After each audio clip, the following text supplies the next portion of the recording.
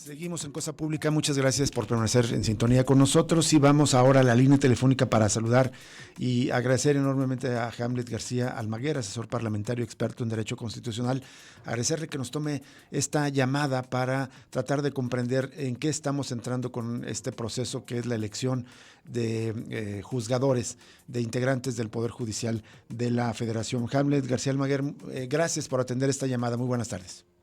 ¿Qué tal, Rubén? Jesús, buenas tardes y a toda la audiencia. A sus órdenes. Gracias. Hamlet,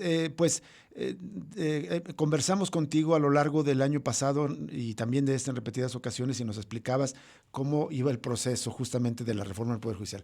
Ya es una realidad, ya entramos justamente en la primera vez en la historia de este país que los ciudadanos tienen la oportunidad de decidir directamente quiénes van a ser sus juzgadores.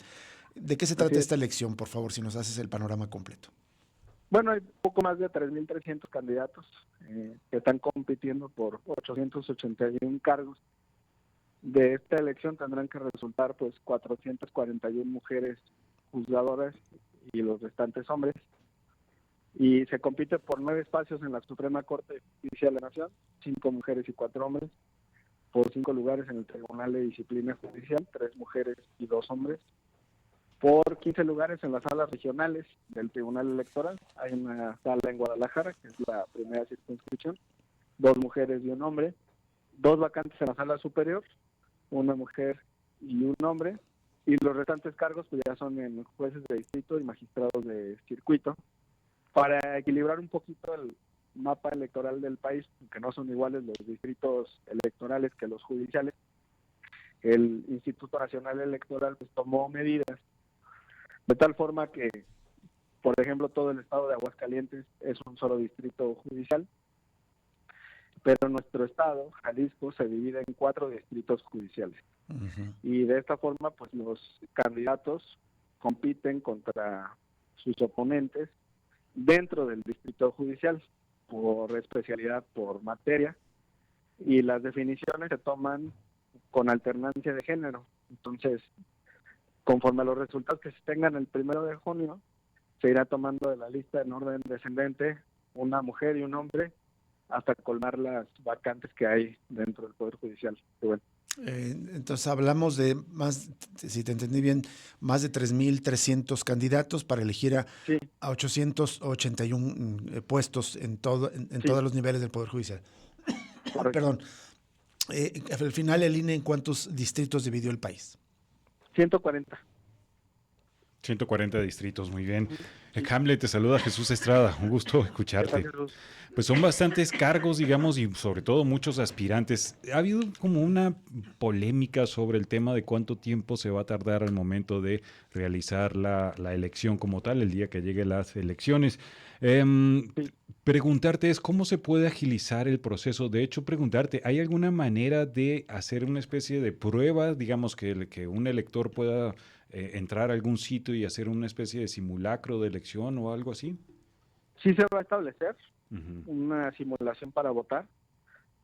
Todavía el hipervínculo en la página del INE no está activo para esta prueba. Lo que ya está, pues, es la plataforma para conocer a los candidatos y candidatas. Por cierto, el INE está feliz, bueno, los integrantes de su consejo, porque por primera vez el 93% de los candidatos han subido sus datos. Uh-huh. Y eso no ocurre en las elecciones ordinarias. Me comentaban que llegan al 60-70%. Entonces, en este caso, pues vemos que hay un cumplimiento mayor, digamos, en estas exigencias. Y todos los días prácticamente el Consejo está sesionando para emitir acuerdos sobre los actos que están permitidos, las modalidades de publicidad, la regulación en medios, las pautas también, las reglas para los debates. Es algo que vamos a ver en las próximas semanas.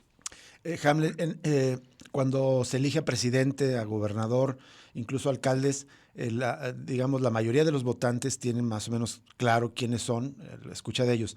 En este caso se habla, digamos, de un desconocimiento casi generalizado de los candidatos. ¿Se va a votar por el nombre o se vota por planillas para elegir a los juzgadores el próximo 1 de junio? El voto es individual, es por cada candidatura. Sí, Entonces, con esta división que se realizó por los distritos, se equipararon un poquito los cargos para que se elijan al mismo número de jueces entre las distintas regiones del país. Uh-huh. Entonces, las listas están diseñadas así. El caso de la Suprema Corte, pues son un poquito más de 70 candidatas y candidatos que son los que están compitiendo, y de ahí pues podrán elegir a 9, por ejemplo. Y en el caso de las salas del Tribunal Electoral son listas muy cortas, son listas de cerca de 8 o 10 personas, y de ahí tendrán que elegir a un par para el caso de la sala superior. Uh-huh. Y en las regionales igual son listas pequeñas. Donde pueden ser un poco más voluminosas, digamos, es en el caso del Tribunal de Disciplina Judicial y en algunos casos para magistraturas de circuito, pero me parece que sí es manejable para el electorado, sobre todo porque no tienen que optar por una sola candidatura, salvo en el caso de la sala superior, donde por el número de vacantes solamente se tiene un voto de hombre y un voto de mujer. ¿Nos ayudas a imaginar qué tendría que decidir un votante aquí en Guadalajara, Jalisco? Es decir, ¿qué cargos, digamos, de representación federal del Poder Judicial sí tendría que elegir, pero también a los juzgadores de distritos aquí en Guadalajara en particular? Uh-huh. Muy bien. Tendrían que elegir a los 9 ministros de la Corte. De un listado de 70. 5 magistrados del Tribunal de Disciplina. Uh-huh. Sí, correcto. Ahí ya van 14. A 2 magistrados de sala superior, una mujer y un hombre, son 16. A las 3 magistraturas de la sala regional del Tribunal Electoral, ahí son 19. Y dependiendo de la zona que abarque su distrito judicial para este proceso, cerca de 16 entre jueces y magistrados de circuito. Aproximadamente 30 y tantos. Son 35, ¿no? 35. Llevamos 19 y 16. Ajá. 35. Sí. A 35 personas. ¿Dónde pueden conocer un elector, otra vez para situarnos geográficamente, de aquí de Guadalajara a los aspirantes por los que puede votar? Sí, en la página del INE, en la plataforma de Conócele, ahí se pueden revisar los perfiles, la trayectoria académica, profesional de los candidatos, sus propuestas también de campaña, eso lo pueden poner en esta plataforma. Hay quien la utiliza y hay quien no, pero te decía 93% han decidido utilizarlo, entonces esa ya es una ventaja. Hamlet García Almaguer, ¿cuál es más o menos el perfil de quienes se inscribieron y al final resultaron seleccionados para participar en este proceso de elección? Fíjate que uno de los grandes problemas del Poder Judicial Federal pues es su endogamia, ¿no?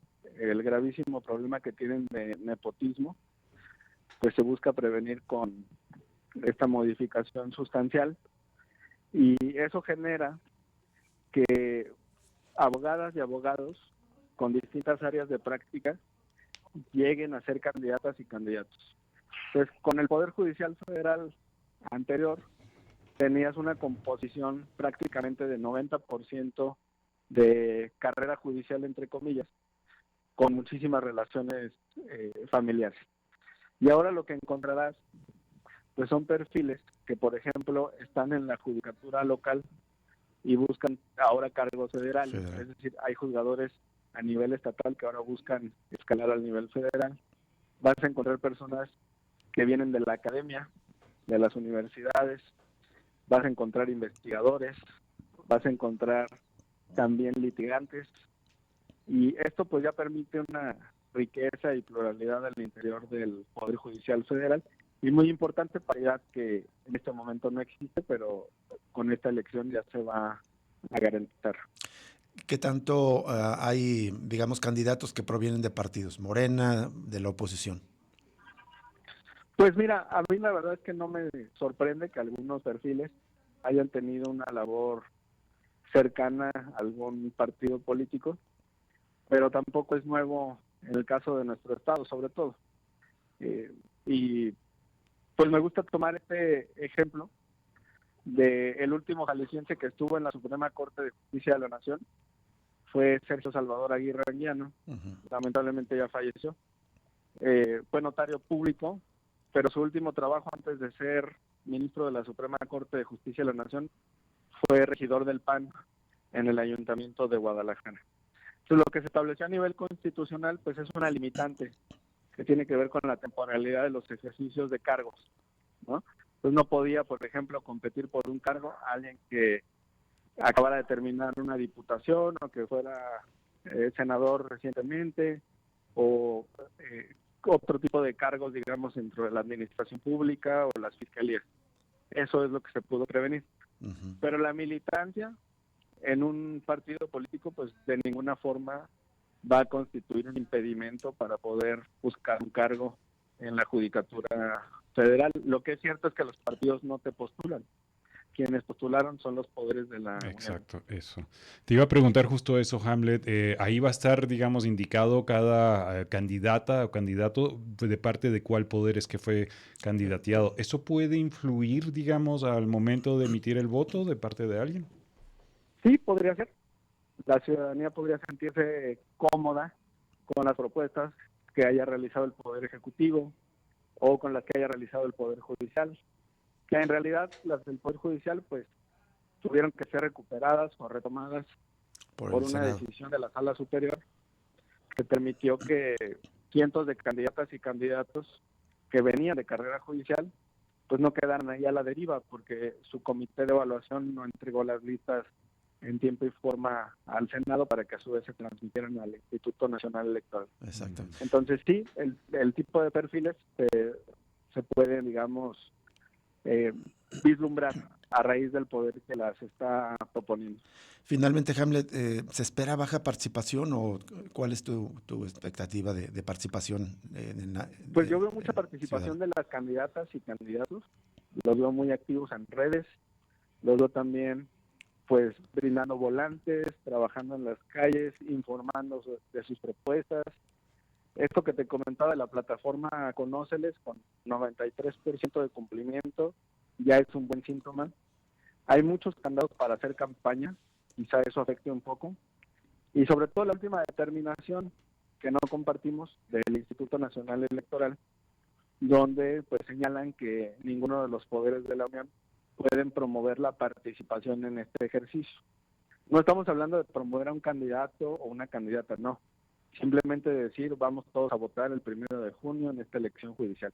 De acuerdo. No compartimos ese criterio del INE, no fue unánime, fue por mayoría. Hay un voto particular, por cierto, de la presidenta Tadei, pues encaminado a que se determine, digamos, en algún momento por parte del Tribunal Electoral, a raíz de estas impugnaciones, que este es un asunto de Estado, que las elecciones no se pueden suspender, que se tienen que desarrollar libremente y que todos podemos aportar a este llamado a que se participe en las urnas este 1 de junio. De acuerdo.